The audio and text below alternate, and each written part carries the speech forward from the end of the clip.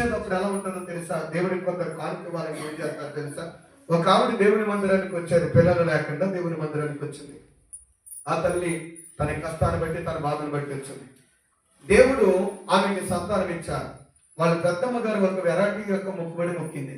ఏమని తెలుసా? వాళ్ళ పెద్దమ్మ, ఏమే లక్ష్మి, నీకు పిల్లల్ని ఎత్తే దేవుడికి 5 సెంట్లు స్థలం ఇచ్చి నీవే చర్చి కట్టిస్తావని నేను మొక్కుకున్నాను, అందుకని నీకు పిల్లలు ఇచ్చాడు కాబట్టి ఆ రోడ్డు పక్కన 5 సెంట్లు స్థలం నువ్వు ఇచ్చి ఆ చర్చి కడతకి ఎంత అయితే డబ్బులు అయితే ఆ డబ్బులు ఇస్తే మరి నీకు పిల్లలు ఇచ్చాడు కాబట్టి దేవుడు, నేను మొక్కుకున్నాను, నీకు చెప్దాం అనుకున్నాను, కానీ కాయం తరిగిన తర్వాత చెప్దాం అనుకున్నాను, నీకు మొక్కుకున్నాను అంది.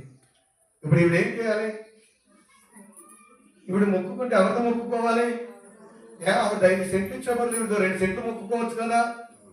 పోనీ అప్పుడు ఏదైనా స్థలం ఇచ్చింది, పోనీ నేను కట్టిస్తానని మొక్కుకోవచ్చు కదా. అంత ప్రేమ ఉన్నదే.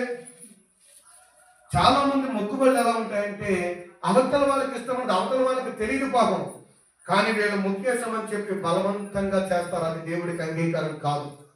నా దగ్గరికి వచ్చింది ఆ సమస్య, నన్ను అడిగారు ఏంటని. అయితే నువ్వు అసలు తప్పమ్మది, ఆవిడ కదా 5 సెంట్ల స్థలం నువ్వే ఇవ్వాలి, నువ్వు మాత్రమే మీ పాస్టర్ గారిని ఆ మందిరం కట్టించాలి, అది అప్పుడు నీకు దీవెన, అంతేగాని ఆ అమ్మాయికి దీవెన కాదు, నువ్వు అనుకున్నావు కాబట్టి నువ్వే అడిపించాను. అలా నేను అలా అనుకోలేదు అయ్యారు. మా చెల్లి గారి పిల్ల ఆ లక్ష్మికి పెళ్ళయి 20 సంవత్సరాలు అవుతుంది, పిల్లలు కొడితే ఇలా అనుకున్నారన్న. నువ్వు అనుకునేటప్పుడు అవతల వ్యక్తి చెప్పాలి కదా, ఇలా అనుకుంటామని అనాలి కదా. ఆవిడతో ఏమి చెప్పలేదు. పిల్లలు పుట్టిన తర్వాత జరిగేది చెప్దాం అనుకుందంట. దయచేసి గమనించండి. ఒకవేళ నిజంగానే అనుకుని వచ్చామో అయినప్పటికీ కూడా దేవుడికి అది అంగీకారము కాదు. అందుకనే దేవుని యొక్క వాక్యం చెప్తుంది, ఎవరికి ఇష్టపూర్వకంగా వారు ఇస్తారో అది మాత్రమే దేవుడు అంగీకరిస్తాడు. ఇష్టపూర్వకముగా కానుకను మనం ఇచ్చినప్పుడు ఆ కానుకను 10 రూపాయలు ఇస్తే దాన్ని 10,000 దేవుడు దీవిస్తాడు.